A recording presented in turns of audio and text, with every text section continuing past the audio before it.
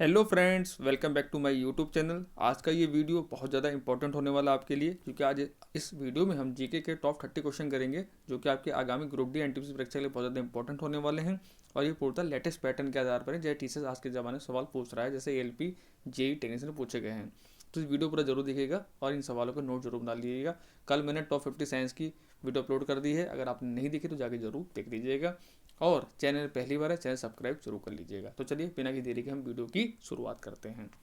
पहला क्वेश्चन है, भारत का पहला समुद्र के ऊपर बना कांच का पुल किस स्थान पर उद्घाटित किया गया है?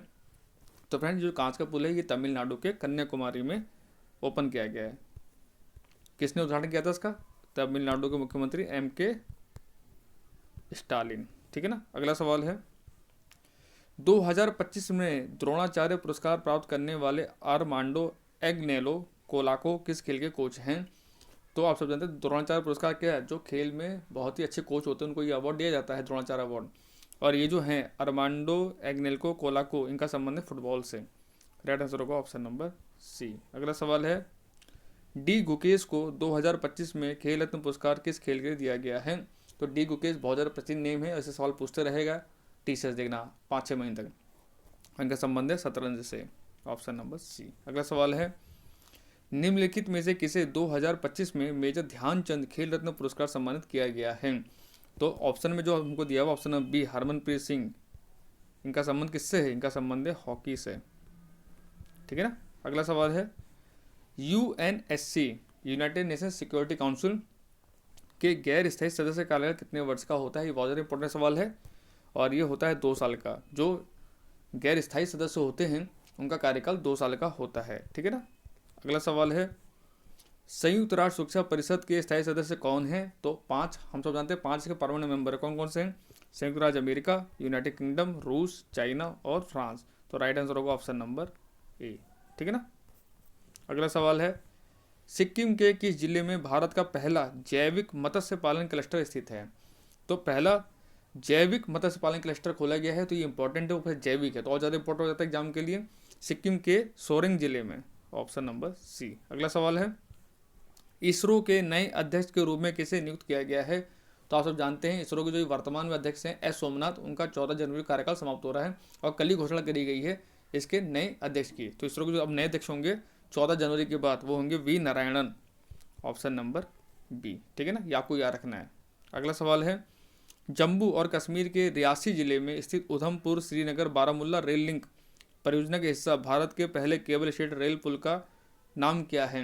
अब रेलवे संबंधित क्वेश्चन है, रेलवे एग्जाम की तैयारी कर रहे हो तो क्वेश्चन पक्का आएगा आपके एग्जाम में, देखना।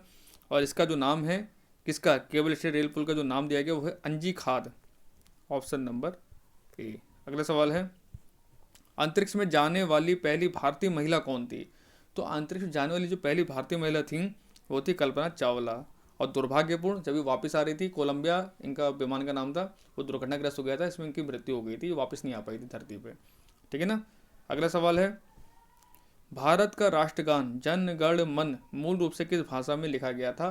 तो भारत का जो राष्ट्रगान है जन गण मन, रविन्द्रनाथ टैगोर जी के द्वारा लिखा गया है और मूल रूप से ये बांग्ला भाषा में था। Option number third. अगला सवाल है,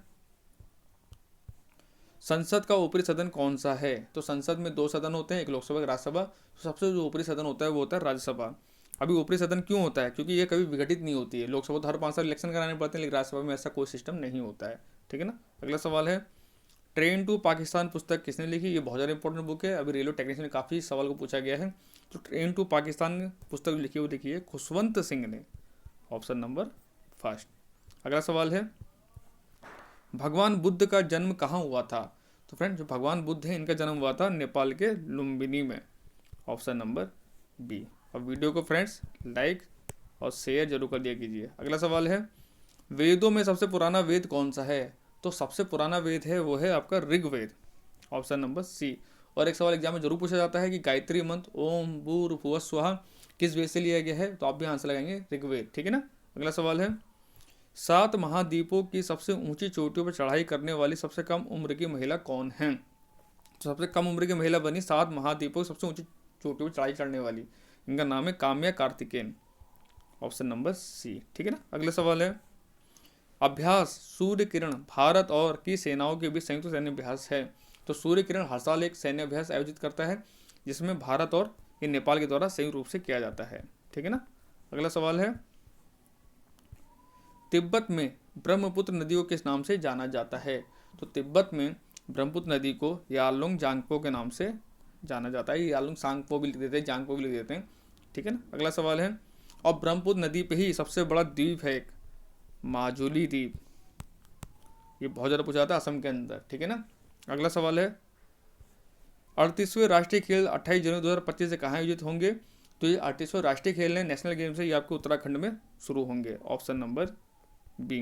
और उत्तराखंड के मुख्यमंत्री कौन है? श्री पुष्कर सिंह धामी जी। और यहाँ के राज्यपाल कौन है? गुरमीत सिंह।